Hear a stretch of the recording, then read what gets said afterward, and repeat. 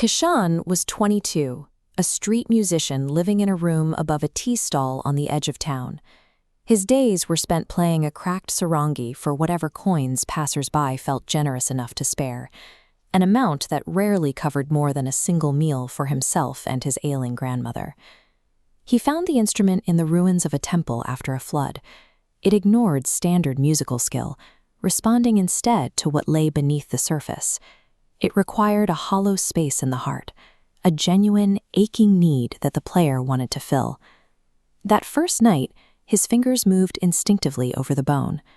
The sound that emerged was his father's actual voice, warm and low, humming a lullaby Kishan hadn't heard since the fever took the man 14 years earlier.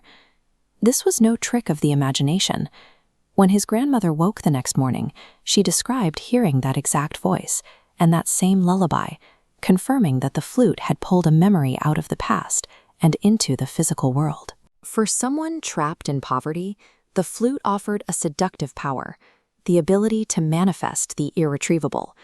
Kishan now held an artifact that could bridge the gap between his present desperation and the comforts of a lost life. He set aside his sarangi and took the bone flute to the railway station, playing for the crowds that pulsed through the terminal. The effect on strangers was immediate. An old widow heard her husband's laughter, dead for 11 years. A young soldier, haunted by the sounds of the battlefield, heard the birdsong of his childhood village, and finally found a moment of peace. The financial reward followed just as quickly.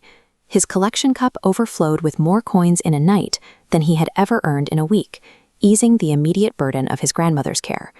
Kishan had found a way to put a price on the intangible. By playing the flute for the station crowds, he transformed private grief into a public performance, a resource that could be bought, sold, and traded for survival. In this economy of memory, the exchange seemed straightforward, a song for a coin.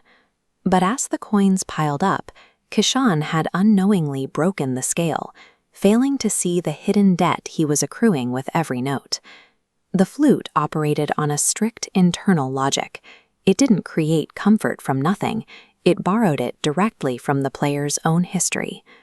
The first payments were small.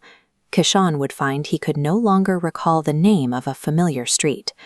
Soon, the details of his mother's face began to blur, becoming as indistinct as an old photograph left in the sun.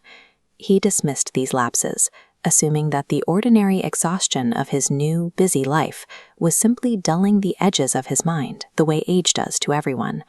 This diagram shows the true mechanism. For every stranger's heart mended, a piece of Kishan's past was erased. The horror hit when he tried to summon his father's laughter. He found the memory gone, spent down to nothing for people he'd never see again. Horrified by the cost, he stopped playing. He buried the flute back in the riverbank silt and returned to his old sarangi, choosing familiar poverty over the risk of losing himself entirely. He understood now that using his deepest internal life as a currency for strangers would eventually leave him a hollow man, full of coins, but with no memories of the people he was trying to save. Seasons passed, and his grandmother's health declined. Her mind began to unravel, until one evening she looked at Kishan and saw only a stranger, unable to place his face or his name. He dug up the bone flute for one final purpose. This time there were no coins and no strangers. He played only to help her hold on to the fragments of the life they had shared. When played for a loved one in a shared moment of need, the flute's logic shifted. Instead of a one-way drain from the player to a stranger, the music created a reinforcing loop between the two people who shared the memory. His grandmother grew lucid, recognizing him and speaking clearly of the past. To Kishan's relief, he found that these shared stories didn't fade after the song ended. The act of giving the memory back to her anchored it firmly in his own mind. Kishan grew old and eventually passed the flute to his daughter.